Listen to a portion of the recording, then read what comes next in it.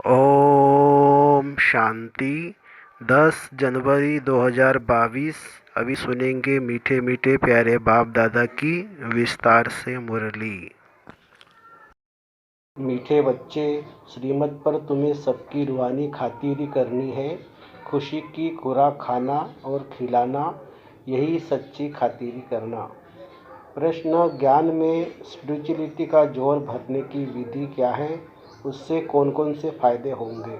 उत्तर: जब किसी को भी ज्ञान सुनाते हो तो आत्मा समझकर आत्मा को ज्ञान दो। इससे स्पिरिचुअलिटी का जोर भर जाएगा।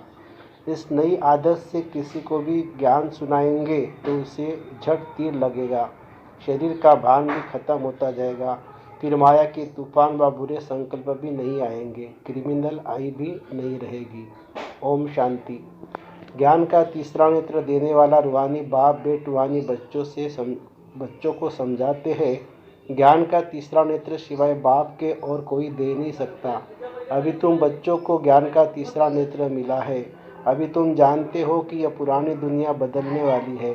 बेचारे मनुष्य नहीं जानते हैं कि कौन बदलने वाला है और कैसे बदलाते हैं, क्योंकि उनको ज्ञान का तीसरा नेत्र ही नहीं है। तुम बच्चों को अभी ज्ञान का तीसरा नेत्र है, जिससे तुम सृष्टि के आदि मध्य अंत को जान गए हो। यह है ज्ञान की सैक्रिन। सैक्रिन का एक बूंद भी कितना मीठा होता है। ज्ञान का भी एक ही अक्षर है, मन मना भव। यह अक्षर सभी से कितना मीठा है। अपने को आत्मा समझ और बाप को याद करो। बाप शांति धाम और सुखधाम का रास्ता बता रहे हैं। बाप आए हैं बच्चों को स्वर्ग का वर्षा देने, तो बच्चों को कितनी खुशी होनी चाहिए। कहते भी है, खुशी जैसी खुराक नहीं। जो सदैव खुश मौज में रहते हैं उनके लिए तो यह वह जैसे खुराक होती है। 21 जन्म मौज में रहने की ये ज़बरदस्त खुराक है। ये खुराक सदैव एक दो को खिलाते रहो। एक दो की ज़बरदस्त खातिरी यह करनी है। ऐसी खातिरी और कोई मनुष्य की नहीं कर सकते। तुम बच्चे श्रीमत पर अभी सभी की रूहानी खातिरी करते हो। सच्ची सच्ची खुश खैरायत भी यह है कि किसी को बाप का परिचय देना। मीठे बच्चे जानते हैं, बेहद के बाप द्वारा हमको जीवन मुक्त की खुराक मिलती है। सत्युग में भारत जीवन मुक्त था, पावन था। बाप बहुत बड़ी ऊंची खुराक देते हैं। तब तो गायन है अतीन्द्रिय सुख, पूछना हो तो गोप गोपियों से पूछो। यह ज्ञान और योग की कितनी फर्स्ट क्लास वंडरफुल खुराक है। यह खुराक एक ही रूहानी सर्जन के पास है और किसी को यह इस खुराक का मालूम ही नहीं है। बाप कहते, मीठे बच्चों, तुम्हारे लिए हथेली पर ले आता हूँ। मुक्ति, जीवन मुक्ति की यह सौगात मेरे पास ही रहती है। कलप कलप नहीं आकर तुमको देता हूँ, फिर रावण छीन लेता है। तो अभी तुम बच्चों को कितना खुशी का पारा चढ़ा रहना चाहिए। तुम जानते हो हमारा एक ही बाप टीचर और सच्चा सच्चा सतगुरु है, जो हमको साथ ले जाते हैं। मोस्ट बिलवेड बाप से विश्व की बादशाही मिलती है। यह कम बात है क्या? तो सदैव हर्षित रहना चाहिए। Godly student life is the best. अब यह अभी का ही गायन है ना। फिर नई दुनिया में भी तुम सदैव खुशियाँ मनाते रहेंगे। दुनिया नहीं जानती कि सच्ची सच्ची खुशियाँ कब मनाई जाएगी। मनुष्य को तो सतयुग का ज्ञान ही नहीं है, तो यहाँ ही मनाते रहते हैं। परंतु इस पुरानी दुनिया में खुशी कहाँ से आई? यहाँ तो त्राही त्राही करते रहते। कितना दुख की दुनिया है। बाप तुम बच्चों को कितना सहज रास्ता बताते हैं। गृहस्थ व्यवहार में रहते कमल फूल समान रहो। धंधा दौरी आदि करते भी मुझे याद करते रहो। जैसे आशिक और माशूक होते हैं, वह एक दो को याद करते रहते हैं। वह उनका आशिक, वह उनका माशूक होता है। यहाँ वह बात नहीं है। यहाँ तो तुम सभी एक माशूक के जन्म जन्मांतर से आशिक हो रहते हो। बाप कभी तुम्हारा आशिक नहीं बनता है। तुम उस माशूक से मिलने के लिए याद करते आए हो। जब दुख जास्ती होता है तो जास्ती सिमरन करते हैं। गायन भी है, दुख में सिमरन सब करे, सुख में करे न कोई। इस समय बाप भी सर्वशक्तिवान है, तो दिन प्रतिदिन माया भी सर्वशक्तिवान तमोप्रधान होती जाती है। इसलिए अब बाप कहते, मीठे बच्चे, देही अभिमानी बनो। अपने को आत्मा समझ मुझ बाप को याद करो और साथ साथ दैवी गुण भी धारण करो, तो तुम ऐसे लक्ष्मी नारायण बन जाएंगे। इस पढ़ाई में मुख्य बात है ही याद की। ऊंचे ते ऊंचे बाप को बहुत प्यार से स्नेह से याद करना चाहिए। वह ऊंचे ते ऊंचे बाप ही नई दुनिया स्थापन करने वाला है। बाप कहते हैं, मैं आया हूँ तुम बच्चों को विश्व का मालिक बनाने, इसलिए अब मुझे याद करो तो तुम्हारे अनेक जन्मों के पाप कट जाएंगे। पतित पावन बाप कहते हैं, तुम बहुत पतित बन गए हो, इसलिए अब तुम मुझे याद करो तो तुम पावन बन और पावन दुनिया का मालिक बन जाएंगे। पतित पावन बाप को ही बुलाते हैं ना। अब बाप आए हैं तो जरूर पावन बनना पड़े। बाप दुख हरता सुख करता है। बरोबर सतयुग में पावन दुनिया थी तो सभी सुखी थे। अब बाप फिर से कहते, बच्चे शांति धाम और सुख धाम को याद करो। अभी है संगम युग, खिवैया तुमको इस पार से उस पार ले जाते हैं। नैया कोई एक नहीं है, सारी दुनिया जैसे एक बड़ा जहाज है, उनको पार ले जाते हैं। तो मीठे बच्चों को कितनी खुशी होनी चाहिए। तुम्हारे लिए तो सदैव खुशी ही खुशी है। बेहद का बाप हमको पढ़ा रहे हैं।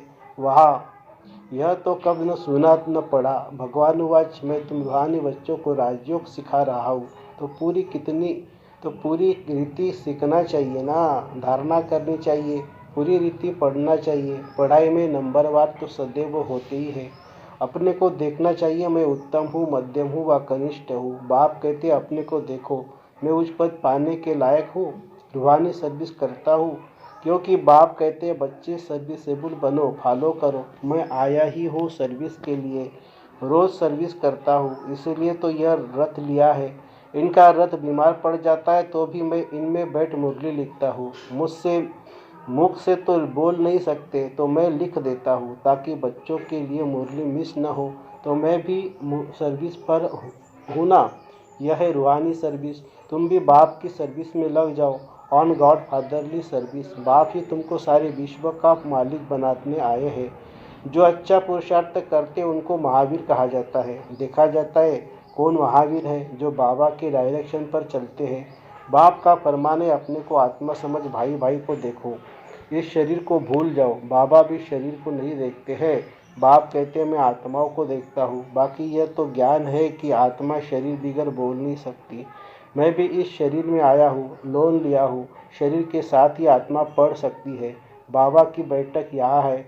यह है अकाल तख्त। आत्मा अकाल मूर्त है। आत्मा कब छोटी बड़ी नहीं होती है, शरीर छोटा बड़ा होता है। जो भी आत्माएं, इन सभी का तख्त यह भ्रुकुटी के बीच है। शरीर तो सभी के भिन्न भिन्न होते हैं।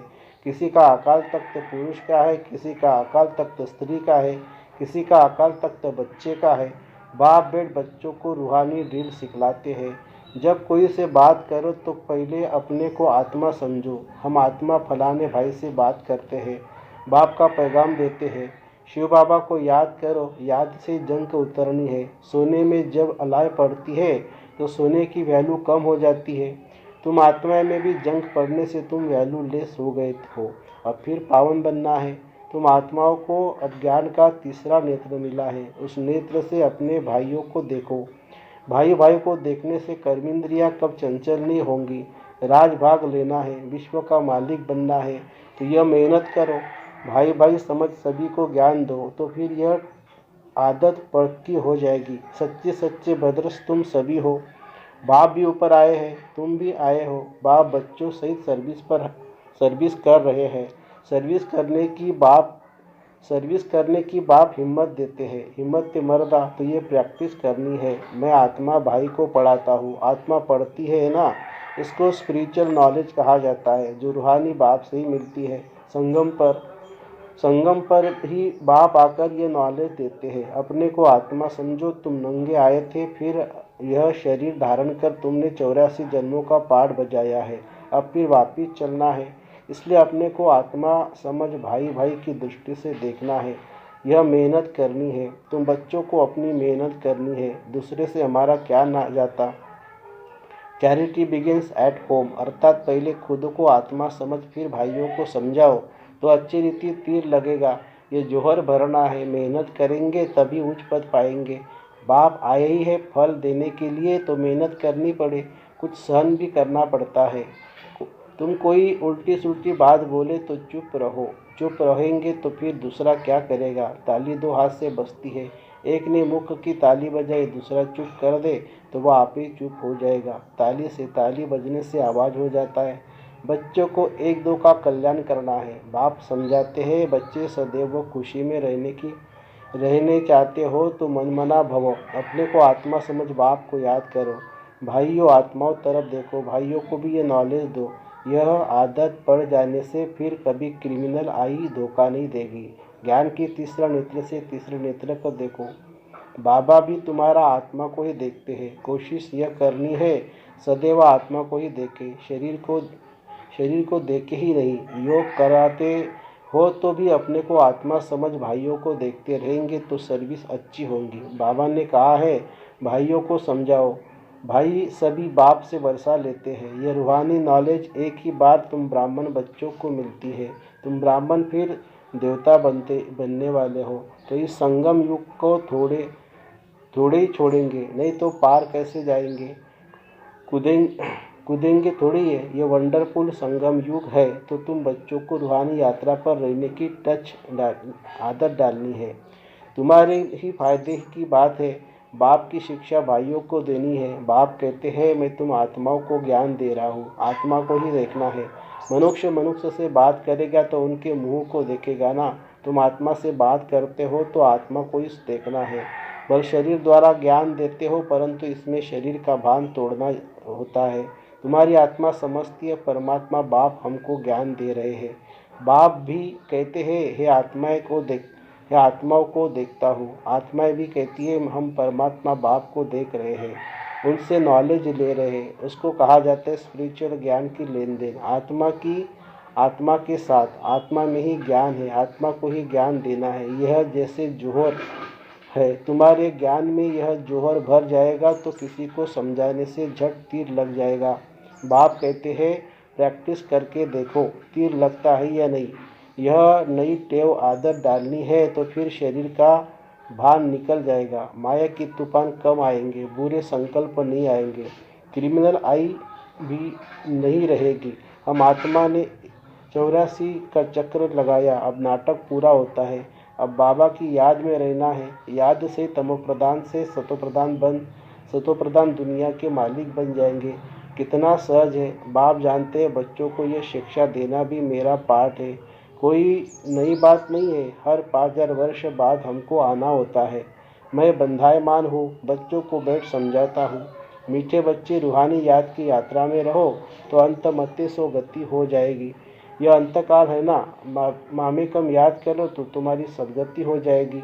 याद की यात्रा से पाया मजबूत हो जाएगा। यह देही अभिमानी बनने की शिक्षा एक ही बार तुम बच्चों को मिलती है। कितना वंडरफुल ज्ञान है। बाबा वंडरफुल है तो बाबा का ज्ञान भी वंडरफुल है। कब कोई बता न सके। अभी वापस चलना है, इसलिए बाप कहते हैं, हे मीठे बच्चों, यह प्रैक्टिस करो। अपने को आत्मा समझ, आत्मा को ज्ञान दो। तीसरे नेत्र से भाई भाई को देखना है। यह बड़ी मेहनत है। अच्छा, मीठे मीठे सिक्के लदे बच्चों प्रति माता पिता बाप दादा का याद प्यार और गुड मॉर्निंग। रूहानी बाप की रूहानी बच्चों को नमस्ते। हम रूहानी बच्चों की रूहानी बाप दादा को याद प्यार, गुड मॉर्निंग और नमस्ते बाबा, नमस्ते। धारणा के लिए मुख्य सार, ज्ञान के तीसरे नेत्र से आत्मा को देखने का अभ्यास करना है। कोशिश करनी है सदैव आत्मा को ही देखे, शरीर को नहीं, तो क्रिमिनल ख्याल नहीं आएंगे, बुरे संकल्प खत्म हो जाएंगे। दूसरी पॉइंट, ताली दो हाथ से बजती है, इसलिए जब तुम्हें कोई उल्टी सुल्टी बात बोले तो तुम चुप रहो। अगर तुम चुप रहेंगे तो दूसरा आप ही चुप हो जाएगा। वरदान, ब्रह्मा बाप के प्यार को प्रैक्टिकल सबूत देने वाले और समान भव। ब्रह्मा बाप के प्यार का प्रैक्टिकल सबूत देने वाले, सपूत और समान भव। यदि कहते हो कि ब्रह्मा बाप से हमारा बहुत प्यार है, तो प्यार की निशानी है जिससे बाप का प्यार रहा उससे प्यार हो। जो भी कर्म करो, कर्म के पहले, बोल के पहले, संकल्प के पहले चेक करो कि यह ब्रह्मा बाप को प्रिय है। ब्रह्मा बाप की विशेषता विशेष यही रही, जो सोचा यह किया, जो कहा वो किया। अपोजिशन होते भी सदा अपनी पोजीशन पर सेट रहे। तो प्यार का प्रैक्टिकल सबूत देना अर्थात फॉलो फादर कर, सपूत और समान बनना। स्लोगन है, खुश नसीब आत्मा वह है जिसके संकल्प में भी दुख की लहर नहीं आती। खुश नसीब आत्मा वह है जिसके संकल्प में भी दुख की लहर नहीं आती। लवलीन स्थिति का अनुभव करो।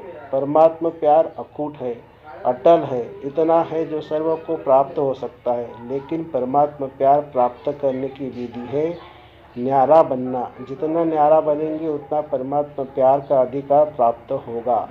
ऐसी न्यारी प्यारी आत्मा ही लवली स्थिति का अनुभव कर सकती है। अच्छा, ओम शांति शांति शांति। शुक्रिया बाबा, शुक्रिया। Thank you Baba, thank you.